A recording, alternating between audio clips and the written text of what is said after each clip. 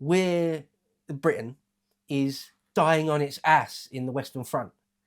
We haven't got just endless divisions to be throwing away in Western Arabia, right? Yeah, we've got barely enough to hold on in Egypt and in Palestine. Yes, we haven't got. We're losing big battles on the Western Front in Flanders, in France. Otherwise we might have done something like that, but it's all on a shoestring. Right. Yeah, right, absolutely on a shoestring. There's it is actually a really good line in the film where at the beginning where Murray is saying, the real war is on the Western Front. The Eastern campaign is a sideshow, and the Arab Revolt is a sideshow of a sideshow. That was the attitude. Genuinely, that's a really good distillation of just how the British, command thought of it. We'll send one second lieutenant out to see what might be able to be done. That's how important it was to them. We got this one genius dude. Yeah, go and see what you can find out. Yeah. You need a bit of money and a ship or two worth of ammo or whatever or food. Yeah, we can do that. Okay, maybe. But the one of the most important military advantages that the Arab Revolt gave the British in the East was the fact that all of a sudden, because the Arabs were starting to revolt throughout the Hejaz region, that meant that the Turkish had to stretch their men, further and further in order to protect the Hejaz railway. So now all of a sudden, they're stretching their resources as well. And if you can obviously destroy the railways, then you can enormously slow down the Ottoman war machine. It wasn't even a very well-connected place anyway. The amount of track that the Ottomans were able to put down in comparison to the French or the British, like domestically. It was still very underdeveloped because, of course, the Ottomans were very late to industrialization. So if you can take out the Hejaz railway, and the railways around Dera, further up later on in the campaign, then fundamentally, this is what Lawrence says, it's not a conventional victory. Wouldn't be achieved by a conventional clash of armies in the field, killing one another until you come out on top. It'll be done by just by starving them, by making sure they can't get the bullets to protect themselves anymore, all those sorts of things, depriving them of the resources to fight. Death by 1,000 pinpricks, or something like that, So he's met Faisal. The Arab armies have been stopped at Medina. They're doing sort of a type of hit-and-run guerrilla warfare a bit, but the Turks are doing a counter-attack, and Faisal and Ali have to retreat a bit, almost in disorder. And it's around this time, Lawrence gets really ill, probably with dysentery, or almost certainly with dysentery, some sort of fever. Now, that could kill you. So many men in the East in World War I die of just dysentery or a fever, and it just carries you off and you die. So anyway, he spends like a few days or even a week or two just sitting in a tent, sweating it out, basically shitting himself almost to death. That's what dysentery is. Yeah. And hoping he doesn't die. And but he doesn't, obviously. I mean, because they drink dirty water often, a lot of dirty food, or their sanitation is really poor. Yes. I mean, you eat with the same hand you wipe your ass with, for God's sakes. There's a bit in the film, actually, just a quick aside. There's a bit in the film which there's a YouTube short of, or a short video, where it's funny when one of the American journalists meets with him and he says, "What is it, Major Lawrence, that attracts you to the desert?" And Peter O'Toole says, "It's clean." And it's like, well, that's all very well for virgin desert, that's true. But most Arab watering holes were disgusting. Yeah. Human and camel shit and piss everywhere. And they didn't make a latrine ditch. It's just everywhere. Yeah. It's really, really dirty. And so dysentery and similar type complaints are absolutely normal. And again, if you grew up in that and was used to it and your body's used to it, that's one thing. But if you're a Brit and you're not used to drinking shitty water, you're going to get dysentery. And it might well kill you. So anyway, when Lawrence goes through this episode of nearly dying of dysentery, he's just got a lot of time to think. I think it's one of my favourite parts of Seven Pillars of Wisdom. Where he's just laying there thinking, covered in flies, and he comes up with a type of tactics and strategy which is not only brilliant, genius, and groundbreaking, but set the tone for warfare ever since.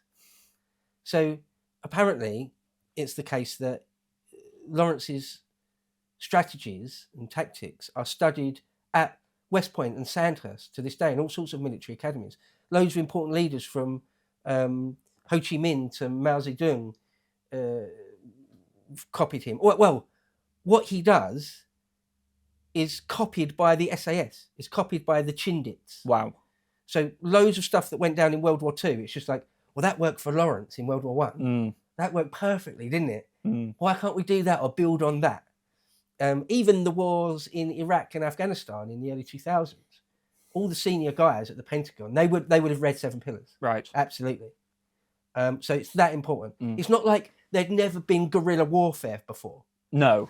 I'm not saying that. No. Guerrilla warfare is as old as time. Yeah. If you look at even the Boer War, that's a classic case of guerrilla warfare. But Lawrence takes it to a new level. Like it's a very calculated, specific, professional, semi-professional guerrilla warfare. Doing it properly, basically, right? Bringing a genius's mind to bear on tactics in a desert-style hit-and-run war. So the main thing I think that he decides is the Arabs, or anyone, almost anyone, it's not a good idea to just keep butting your head against Medina. No. The Turks will probably be able to just repel anything, almost certainly the Arab armies. So let's bypass Medina and destroy the railway just enough so they keep repairing it and don't abandon Medina. Yes. Keep them bottled up in Medina, but essentially bypass Medina and do guerrilla stuff behind enemy lines. Take out, you bite and hold, go behind enemy lines, bite it, take it, hold it, and so on up the ladder of the Hijaz. Right. That's his thinking. Yeah. Another thing as well is just that the Arab character was totally ungovernable in lines with like Western forms of warfare. You know, to put the Arabs, Bedouins, in a regiment, you know, and drill them. Like they couldn't. You know, Lawrence talks about this so many times in the Seven Pillars, where other British officers were getting really frustrated because you tell an Arab to do something, and like, I'm not a soldier. I'm not a Western soldier. You know, it's like that's not how we do things. I'm here at the goodness of my heart. Don't be ordering me to do anything. Yes. Yeah, that is fascinating. That is fascinating. And apparently, it's often still the way, or not as bad as this, I wouldn't have thought, but it's still often the way with Arab armies. But yeah, they're not a soldier as we know. No, they're there because they want to be, or because you've paid them to be. And certainly in what is effectively their version of an officer corps, you have to ask them if they want to go and do this, be part of this attack or whatever. And they're completely at liberty to say no. They're not going to be disciplined. No. They're not going to be court-martialed or executed. No, you're allowed to say no to anything at any time. It's just a whole different way of doing it. It's a different world. Yeah, a whole different way of doing it. And also, I don't want to sound too out of order or bigoted or even racist or whatever, but they don't do things properly. They don't do things properly. For example, if you ask them how many men are going to turn up here or there, or how many are you talking about, they'll always say, oh, thousands. It's not thousands. It just means they use the word thousands to mean many. So in other words, there's no accuracy.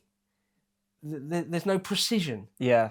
Right? The idea of having well-drilled, the idea of having a well-drilled camel corps that acts like a cavalry brigade. Yes. No, none of that. No. Each man's his own dude on a camel. Yeah. That's so everyone's an individual. Right. Yeah. So it's not. They're not doing it properly. They're not doing war properly. Damn it. But that's what Lawrence sort of brings them, or starts to bring to them. Not only just the grand strategy, but also a little bit of professionalism. A little bit. Yeah. The idea that if and when the Bedouin ever win anything, no matter how small the engagement is, they loot everyone 3 ways from Sunday. Yes. Cut the throats of all the men, and run off happy with the little bit of spoil they've got. It's like, no, that was supposed to be a bite and hold operation. No, you're supposed to. No, you need to have garrisoned that and set up pickets and a machine gun post. No, they've got a little bit of gold or silk, so they run off home. Right. Yeah. It's like, we need you to be here at this point in the desert at this time on this day for this thing to work. And they're like, no, I'm just going to leave my camels over to this pasture because they need to eat. And we might spend 2 days doing that. Yeah. And don't order me around. You're lucky I'm here at all. Become ungovernable. There's yeah. But obviously after the Medina, they retreat back to Yenbo, which was one of the Yenbo, one of the port little towns that they took. And one of the interesting things actually about that was that when the Turks wage a counteroffensive and march on Yenbo, obviously it's nighttime when the Turks get there, and the British have brought the navy to the port with and can obviously moor to the coast if they need to, in order to, and the Turks get cold feet. And what I found remarkable was the fact that Lawrence pinpointed that, where they're held up, the Arabs are there, the British are there, and the Turks are descending on them. And then they get cold feet and they bottle it. And Lawrence remarks, that was the night that the Turks lost the war. That's what, if you were to pinpoint any moment in the war, the fact that the Turks didn't, after their victory at Medina, that they didn't follow up on it. Yeah. That is a really interesting bit, because they expect the Turks to follow up, don't they? And one or two of other British officers, like Newcomb, I think is there, they start setting up like a defensive position, expecting the Turks to attack, maybe at first light, and they just don't. And Lawrence says that was sort of, in essence, that's sort of the high watermark of Turkish incursion into the heart of the Arabian Revolt. Right.